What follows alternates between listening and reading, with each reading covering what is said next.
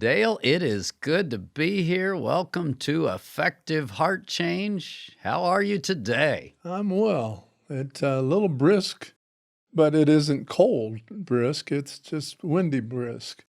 But sunshine, lollipops, and rainbows. It's actually December, Well, you've so got a point there. we're doing quite well. Yeah, I guess this has been a quick, slow year. A quick, slow year. Well, it's with all the COVID stuff. There's so many restrictions on everything, and yet we're already in December. So. Well, I think that's part of getting older, or is that just the craziness of life right now? Easy for you to talk about getting older. I was including myself. Oh, were you? I was. Okay. Well, as long as you're along for the ride, that's all that matters. We are both getting older. Yeah. Well, today we are talking about the King's Release. It's a part of the Let It Go series, and you're going to see that today because we're going to look back to the previous series, which was the Let It Go, and the King's Seat, which is this current series. It's a shorter part, but it talks about how people who are leaders, people who are influencers, forgiveness looks different for them. It feels different for them. So that's what this series is about, the King's Seat. Today we're going to talk about the King's Release. Part of the Let It Go process is just handing it off to God, getting it transferred over to God. And for a person who's broken, for a person who's been a victim, been abused, that looks one way. But for a person who sits in the King's Seat and is an influencer, handing it off to God just looks different. It's got to be, for the king, and truthfully for everybody, but especially for the king, difficult to hand things off because he's used to being in the king's seat, and a hard choice to make because it just goes against his nature. In this segment, I want to go back directly to what we talked about in the Let It Go series, which the two greatest hindrances to handing it off, number one is faith in self, and number two is a lack of faith in God. And especially in that series, we talked about faith in God to be a judge, and we talked about Jonah and Nineveh and a lot of different topics. So if you want a good review, go back and listen to some of the previous series because it'll help review some of the things about the process. And we won't go as deep in this series, but we're going to be talking specifically about the King's Release. What does it look like for a king? For those of us who are influencers or power people or competency people, how do we let go of that sort of a thing? And it does look a little bit different. It's a little bit unique in the King's Seat. I would offer that going back on a kind of regular basis is a good way to absorb the material. You can do each one individually, but you build one on another, and so there's a progression there. I've been writing to a gentleman that is incarcerated, and it's been interesting because a lot of the things that we've talked about, I only wish that he could see the programs and have them at his disposal. That's not possible when you're in jail. Actually, it's interesting. I have a program that's in contact with me who's asking to get our material on DVDs for the sake of call-outs because of that very reason. That's awesome because it would be he's more regular at writing than I am, writing letters. I used to be real good about that, but I'm not as much anymore. And he's got a lot of time on his hands. And it would be nice to have that material available to inmates Who knows what the possibilities are with that? It is amazing, and frankly, that's part of my heartbeat for the entire Effective Heart Change program. Hmm. I've immersed my life working with broken, dysfunctional addicts, the hard cases. And so to take what I've learned, what we've learned through the years, and to be able to share it with other people, that's part of my heartbeat in this. And so I am kind of excited about this potential opportunity to reach into the prisons, and who knows where else we can reach. And frankly, that goes back to our listeners being willing to share, hey, I'm getting something significant out of this material. Well, I'm glad I mentioned that because I'm excited to hear that because I felt frustration just in this initial exposure to trying to communicate, and he talks about how in the moment it just looks so hopeless, and I've been places, and that's one of the things he asked the last time. He's told me about himself, and he wants to know more about me. So anyway, I'm excited about that, but we need to get back to the king. Back to the king, they're no different. A lot of times they think they are, but they're no different. The number one thing that hinders the handoff is faith in self. So if you go back to a knowledge and competency person, which is one of the things we talked about, the three kings. I go back to the caregiver. If you start looking at this, and then the last one's the justice person, these are the three kings that we reviewed. Think about especially the knowledge and competency person. It's like, well, I know how to do this. Or the caregiver. It's like, no, this is my responsibility. The justice person of, no, I can't forgive until I see this person follow through with this stuff. If you notice in every one of those cases, there's a faith in self. And the number one thing that is absolutely the hindrance that will shut down the ability to hand it off to God, it is faith in self. So it sounds like to me that's a head knowledge. And in their mind, they have control on things. And so there's that's hard to give up. And this sounds more like it has to be a heart thing, that you have to realize that you're not as hot as you think you are. Last time I jumped in and gave a little bit more of an autobiographical feel because I am that influencer. I mean, that's my heartbeat. My heartbeat is to share knowledge and to be able to impact. And so I really can relate to this particular area. And the number one thing that I would say goes back to, I had to understand what I don't know. That's a great point. And I love working with addicts from that standpoint because I'm reminded every day that I don't know how to say what I need to say. I don't necessarily even know what to say, and I sure don't know when to say it, and I'm dealing with a specific individual. Once I understand just the miraculous, complex nature of human beings, and I'm going to stand over here and really feel like I've learned my stuff and have answers for you without guidance from God, without some kind of input from the divine, I'm a total fool if that's what I'm believing. But what happens with the knowledge and competency person? We look back and we glean from all of this period of time, and we're pulling all of this together, and our brain starts racing, and okay, what can I say and how can I say it? And you get all of that stuff going together. All of that amounts to faith in self. I hear you saying, I haven't done that, so I don't know what I'm saying. That. Well, you haven't dabbled in drugs, in alcohol to excess, any of those things that people do get hung up on, and so you have to learn the language. It would be like trying to learn a new language to speak.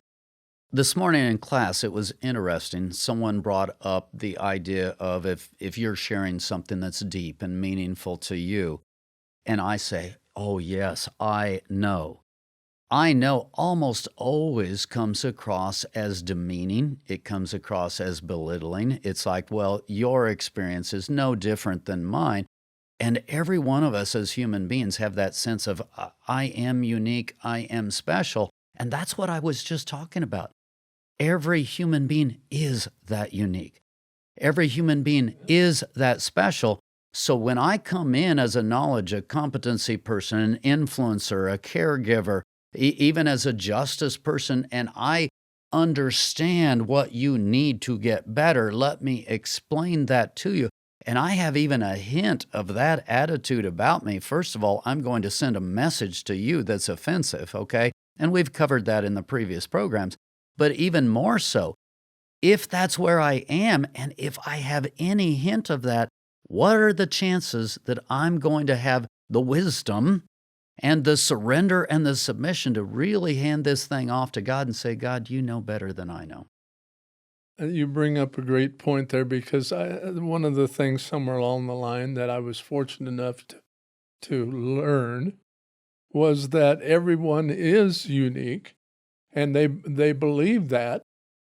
Deep down in our hearts, we're convinced of that, but at the same time, in thinking that, and I express something, I don't think you're in the same place. So I've got this, I'm unique, and yet I expect whatever I put out, that you can see it exactly as I see it. That when I express it, I do it so well because I have it down, that you've got the exact picture. But at the same time, I believe that I'm absolutely unique. So how could I have both of those things at one time? Again, God has principles. He has His Word. There are all kinds of things that you can get your hands on, that you can depend on. I wouldn't be here trying to teach if there weren't things that you can learn, that we can grow from, that will help you have insights into people. And all of that background, all of that information does make it more likely that you'll be able to see people, work with people. So I'm not throwing out the value of that. Yeah. I value that at a high level. But here's what I am saying. Every human being is absolutely unique at such a level that unless God helps you see them, unless God gives you an insight, your ability to absolutely relate to that person or speak the right words, the right way, the right time, it's just not going to be there. You know, what is it? Even a blind squirrel finds a nut Not now and every once then. in a while, Well, yeah. you know, I mean, if you've studied this stuff, you might stumble across the right thing and you might have a breakthrough. But how much better to get it surrendered to God? And again, we talked about this in the last series. Go back to it. But you're not going to be able to hear from God well unless or until it is fully surrendered to God. If it's not fully surrendered, I'm back here in the same place. What is that place? That place is I'm back here in the place of, okay, my brain, it's working really hard. It's thinking really fast. I'm going to come up with a solution. I'm not listening when I'm in that place. It's faith in self. And there's only one place that's truly effective, and that's to have those ears open to God, to be led by God. That becomes really powerful in the healing process. Well, after all, He is the Creator. He's the only one that knows all the potential that He has placed within you, and that when we say just I'll be back in a minute, but I can handle this one. Uh, that's a biggest blunder that we can make, because He knows. The word principle came up yesterday, and the principle that's a point of this is the main thing.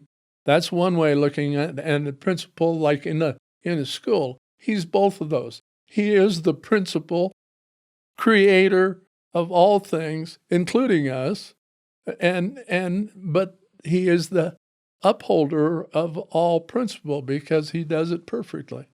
Let's jump from that to point 2, which is faith in self is number 1 that really stops us from handing it off to God. Lack of faith in God, lack of faith in God as the principal, as God as the judge, God as the ruler. Lack of faith is the other thing, because if you go back to Jonah, Jonah believed that God was merciful and would not judge. Therefore, he did not want to preach to these people, because if they repented, God would no longer judge them. So because he had a view of God being a merciful God, he did not have confidence in God to be the leader and to handle the thing. Well, again, that happens so often. You go to the justice person especially. I'm not willing to forgive until this person does restitution, until I see that behavior. There's no confidence in a sovereign God at that point. I'm taking that back in, and I'm doing that partially because I don't believe in God as judge, God as sovereign. So there's a unbelief there toward God. And we're putting ourselves in God's place, thinking that God can't and won't give them what they deserve. And we're the only ones that really have an idea how much they deserve to be punished. And the truth of the matter is, people go to their graves and not satisfied with that, and to their detriment. Again, let me go back to what I said just a few minutes ago. The most powerful thing is when we begin to hear from God. I don't know what to do. I don't know when to do it. I don't know how to do it. If I have confidence in me, I'm not going to get to that point of the handoff where I really can hear from God, be led by God, be energized by God, receive the healing of God. We'll talk about that more in the next segment. Same thing. If I don't have that faith in God, if I'm not looking there, if I'm looking to self and what I can do, I'm not in that receiving phase. If I'm not in that receiving phase, I'm not walking in power. I'm not walking in life. I'm not walking in healing. I'm thinking of myself as the Messiah, and I'm losing the most powerful thing I have to offer, which is that connection with God, drinking in life, drinking in strength, and simply handing to you what I've already received. You're not walking, you're stuck. You're stuck. That's good. Stuck's not a good place. We've explored this first segment, the idea of faith in self and lack of faith in God as a huge hindrance for the King's Seat people. We'll move into the next segment where we're talking about the character and what character has to do with this whole process, but let's take a break and have a few questions first.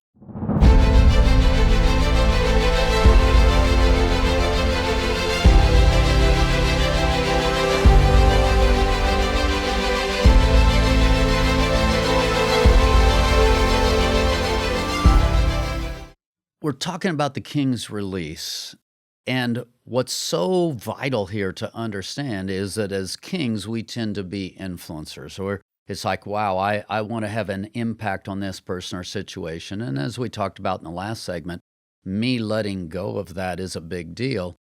Well, the next part of this, what does the pain look like? Let's go back to, and especially the caregiver. For a caregiver, the pain looks like betrayal. Now think of that. Betrayal, forgiveness, they don't really go together. If you go back the knowledge and competency person, we talked about judgment slides into a critical spirit. A lot of times what happens, the pain doesn't look like something you would normally think of as being forgiveness, but it clearly is something we need to let go of. And frankly, to generalize it and to get it to a point where all of this kind of works together, the second response that we see is, as King Seat people, we want to be influencers, so we get offended, we get hurt, there is pain when the people we're working with don't respond to us. So let's just flip that one completely on its head. If you're going to get to a point of release, one of the most powerful truths is to understand people really aren't responding to you. A person is going to respond according to his character, according to his nature.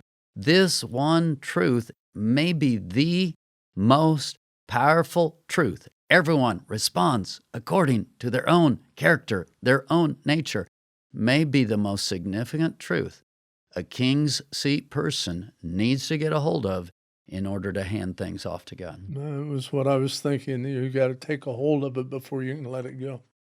Go to sports. As a quarterback, I threw the ball a lot better than I ran, and you could time me with a stopwatch and be wasting your time. But I knew that I could take that ball and give it to someone else, but I had to have it first to get there.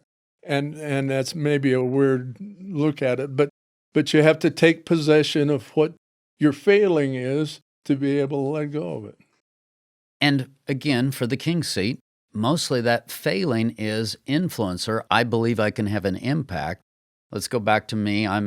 Part of my personality is what I would call that coach personality. Well, as a coach personality, as a personal life coach type of a person, I need you to respond to feel good about me.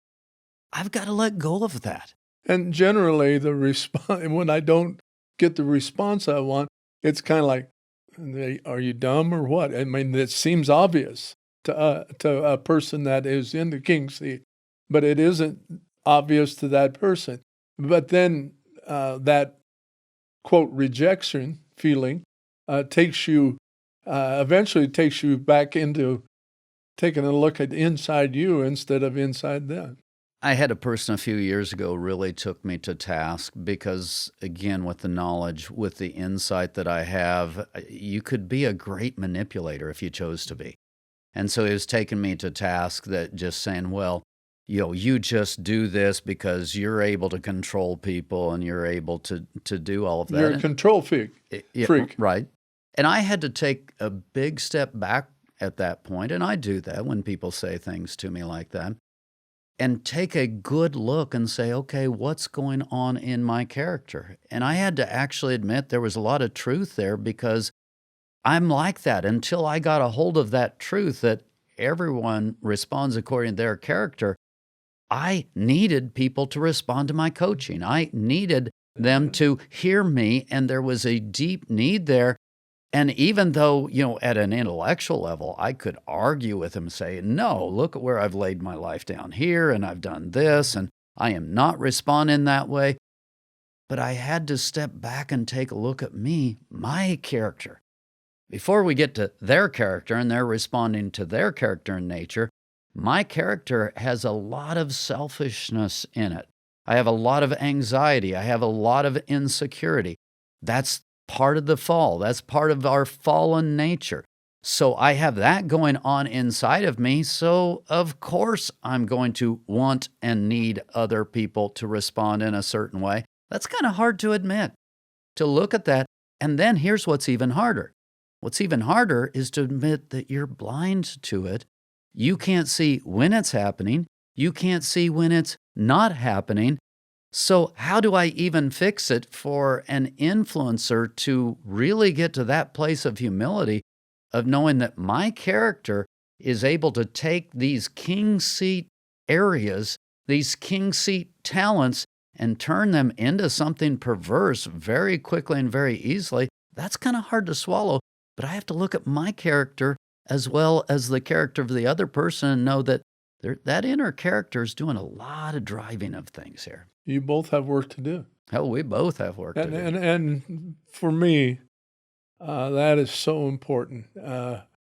When I sense that, like in the king seat that we're talking about, that what I'm offering isn't being received as I think it should be, that the first response is to think, well, that problem is on the other seat, not in mine. But having experienced it enough, I now realize that what's over there is what's in here too. I'm no better than anybody else as far as being blind to things. All of us are. And when you have that as a base, it doesn't matter what seat you're in. you're in a better position. I go back to two words that are very important, and that is message and trust. As long as I believe in my character, we're back into the last one, faith and self again. As long as I believe in my character and I believe I really am altruistic and I am benevolent, I am loving, I am caring, I'm not going to hear the parts of my message that are sick. And when I've got those sick parts of my message going on, and I haven't learned what I talked about in the last segment, where I absolutely know that I don't know unless God shows up, there's going to be that arrogance. There's going to be that manipulation and control. All of that stuff's going to be going on, and I'm going to be blind to it the entire time. So the message isn't good. Trust isn't being developed. I'm getting bad results. And the whole time, I'm blaming the other guy. Now, how does that go for the King's release? Here comes the music stuff again. Mac Davis did a song, and it's, "Oh Lord, it's hard to be humble when you're perfect in every way." And that plays in my head every once in a while. When I get a little uppity and think, boy, how can they not see that? And I stop and I chuckle to myself, and the realization is that I'm the one that's in error and not them.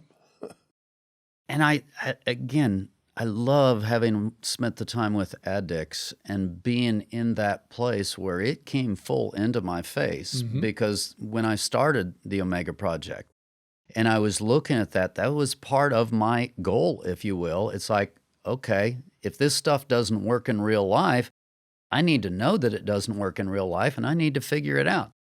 And it wasn't so much that the ideas were wrong when I started, but it was this area. It was this spiritual area I absolutely needed to see my weakness. There's the beauty of it. When you recognize the material, it's not the material that's wrong, it's the attitude that's wrong. And the material will advance because you're opening up to more input from the source. The source of the need is showing you things that you didn't experience personally, but the combination of the material that you've developed over years and the thinking processes that you've gone, that's not wrong. It's the presentation. It's the inclusion that was missing. What I have found is that this character piece is so huge. Instead of me being offended by you and who you are, but actually being able to step back and breathe, do you realize how freeing it is to suddenly be able to go, I'm not responsible for that guy's behavior. I'm just responsible for me. And then the responsible for me, that's a little bit harder. Yeah. Because then it's like, oh, wow, I can be selfish. I can need people to respond to me. But when I get there and this character piece grows and I begin to understand it and I see for what it is, again, all of this helps me to live life in a completely different way where I can start handing things off to God. Phrase comes from childhood: practice what you preach. If you're going to be someone in the king's seat, and you're talking about taking in things that you need to be taking things in that you need, not just the other person. It works both ways. And character matters. To whom much is given, much is required. So if the king's going to sit in that seat, please be a man of God. Be that person with humility. Love those that you are serving. What did Jesus say? The greatest of all is the servant of all. So if I actually sit in the king's seat, I have a greater calling. I have a greater need to walk in humility. And if I have that power, if I really have the ability to make decisions, which sometimes people in king's seat actually have that, sometimes they just think they do. Sometimes they actually have that. I'm all the more responsible to do it with humility, to hear the voice of God. And these are so important to get these traits pulled in. That's how I get to a place of being ready to hand off. It's kind of an awful And I mean that in the greatness side, but I also mean that in the scary side. I'm going to be held accountable. If I sit in the king's seat, I'm going to be held accountable. I'm going to be judged by God. That humility piece is so powerful. Yes, I want to hand this off. Yes, I want to hear from God. These are the kinds of ways we need to react. Well, To whom much is given, much is expected. let's take a quick break and review this character area and how it impacts our ability to hand off, to release, the king's release, to get that handed off to God, and then we'll finish up with one final area.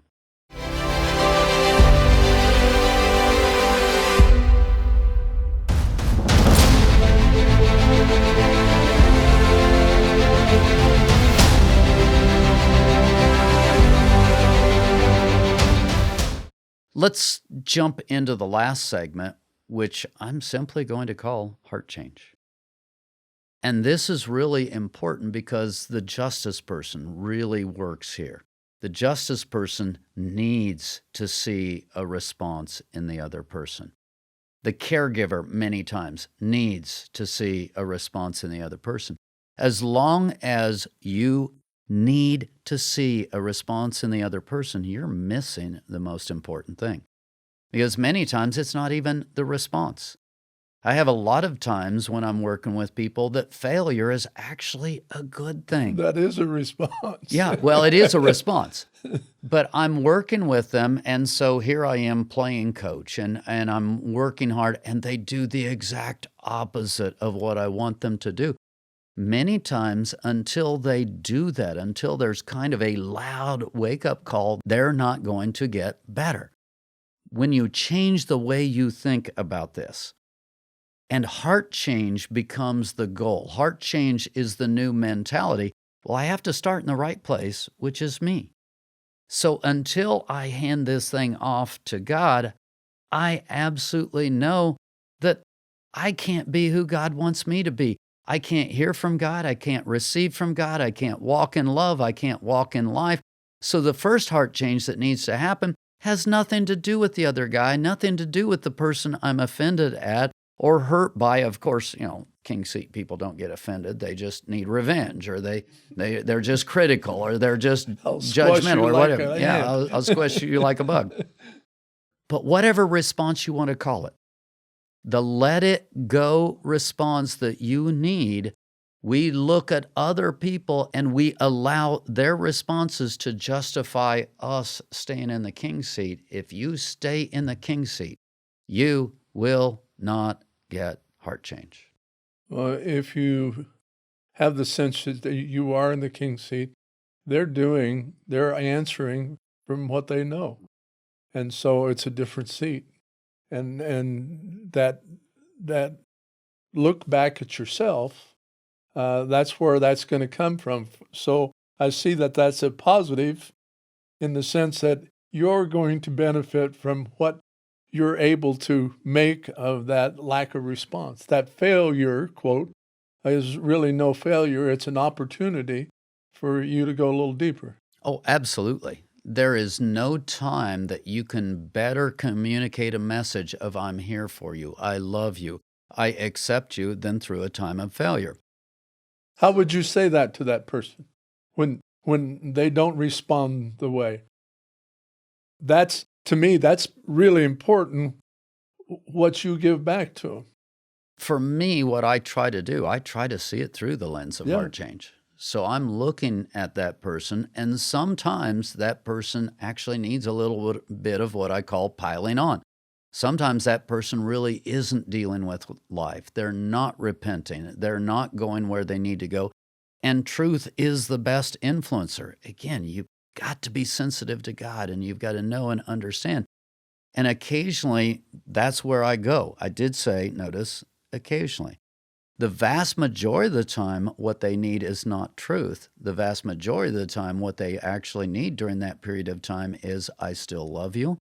I still accept you. I still believe in you. This is not who God created you to be. This is a product of the fall. This is a product of the bad decisions that you've made through the years, and you still have the tendency to do those. You talk them through that kind of process, get them back in touch with who God created them to be. This is the message of heart change. So what I'm hearing is that a real step forward is many times, perhaps, because there's a stall, there's a stalemate, so to speak, and if you come on strong and really speak, and it sounded what you said sounded like you were kind of really putting it on them. If you come across that way, I think in a lot of cases that's gonna destroy whatever connection they ever had with you. And what would seem to be a way of approach is, and I've heard you say this, we need to put that on hold, and you might suggest something that they actually consider working on, and you make the commitment that I'm going to think about this, and we'll get back to this at a little later time. That's one possibility in when you haven't connected, that allows them. You're not coming down on them, and you're also giving yourself time to step back and look inside yourself, and then consider what they're thinking. As I'm listening to you, the word that I'm hearing is powerlessness. Many times, as again, king seat people, we want to be able to affect that heart change. We want to be able to make it happen. I gave you two alternatives, and you're right. Alternative number one, I do some confrontation. And again, if I have forgiven, if I've heard from God, if I'm flowing in the Spirit, there's times when that works. Number two, what did I talk about? I talked about unconditional love and just pouring that out on them. And okay, I don't know which to do. I don't know when to do. I don't know how to do. But you, again, rightly brought up a third alternative, which there are times when it's not time. I don't know what to do. I don't know how to do it. That is a huge part of the transfer of the king. For the king to really hand this off to God, he's got to go through that. I don't know what to say. I don't know when to say it. I don't know how to say it. Getting to that point, we're kind of rehashing back to the first segment where there's confidence in self here, but this is how it plays out on the practical scheme of I'm in the middle of that situation and I put up, shut up, and wait. And that word wait is incredibly important. If I can't do the wait piece, I'm probably not doing the handoff piece. I'm reminded of the old days of détente. That's hands off, and I think there's a time for hands off in every relationship, marriage, in friendship, in team sports. You can go anywhere. And there's a time that both parties need to just step back. And in that process, it's a step back, but it's progress. It takes time. One of the things, a lot of times people look at the spirit realm and they want it to be instantaneous. They want it to be right here. They want it to be right now. Many times, in order to do the handoff to God, you've got to sit there and simmer in it a little bit. You've got to soak in your helplessness. You've got to soak in your powerlessness and understand that. And so it's not all active at that point. One of the things there that is important is there is a time element, and that's not just true with God. That's true with people as you're interacting with them in the forgiveness process. This slow it down and wait. Excellent point that you're making. Ecclesiastes. There's a time and a place for everything. Time to speak up and a time to shut up. That's not Ecclesiastes, but that's the last part's our translation there. We will not give the Bible that translation. There's one final point that I want to make in this area, and that's the hand off, take it back. I want you to think about that. And I think it fits well within this whole heart change area, because if I really understand heart change, I know that I can't do it. In the words of Paul, I can sow or I can water, but it's God who gives the increase. Ultimately, it's God. It's a God transfer into the life of the other person that's going to make that heart change. Too often, people aren't able to get there because I handed this off, I forgave, but then I just couldn't handle it, so I took it back. Well, why did you take it back? It comes back to confidence in self again. It comes back to me not understanding the role of God in this whole process and really staying in that place. If you're taking things back, I have a question for you. Did you ever really surrender it in the first place? Well, we have a we have a lack of confidence in God if we're taking it back, and we waffle. I dare say that there hasn't ever been a human being that hasn't waffled in the process of addressing God. That, yeah, I'm all in, God, and then I'm sort of in, and then I'm out, and then I'm all in, God, and so it's not only do we have the confidence in ourselves, we take the confidence that we say we have away from God, and then try to give it back or not, but it's a back and forth thing, and so that behooves us to be vigilant, to be sensitive to the fact that we have handed something off to Him, and the reality is now we want to take it back. Your first point about waiting, your second point about waffling. What's interesting is time is really what cures that. I can have that momentary impulse where I'm going to trust God and hand it off to God. It really hasn't had time to soak in. It really hasn't had the time to do its work yet. So if I do that waiting and I prolong that and I hand it off to God and I want to take it back and I can't take it back, time's what's going to cure that. Hanging in there, staying in Christ, staying consistent over a period of time, all of that is unbelievably important in terms of getting this handoff done. I've got to get to that point of just being quiet and still before God. When I hit that place of stillness, I don't need others to change. I don't have to have the right word. I don't have to have the right influence, but I can be still and quiet before God. Then I know that I'm doing well. I'm making progress in this area of the King's release, getting it handed off to God. And confidence in anything is a matter of the time spent in company with whatever that is, and especially God, because God it seems so far away, and yet He promises that He's in us, with us, that not having that palpable, touchable thing in a physical sense, it's hard. It takes a commitment of time and presence to gain confidence. Well, I want to thank you for committing the time and hanging in there with us and really learning.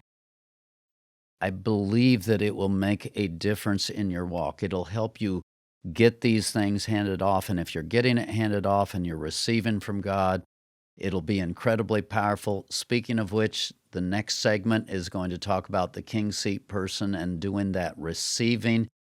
That's where you get heart change. I want to challenge you, effective heart change. Get it. Keep learning, keep growing, and hopefully we'll see you next time on Effective Heart Change.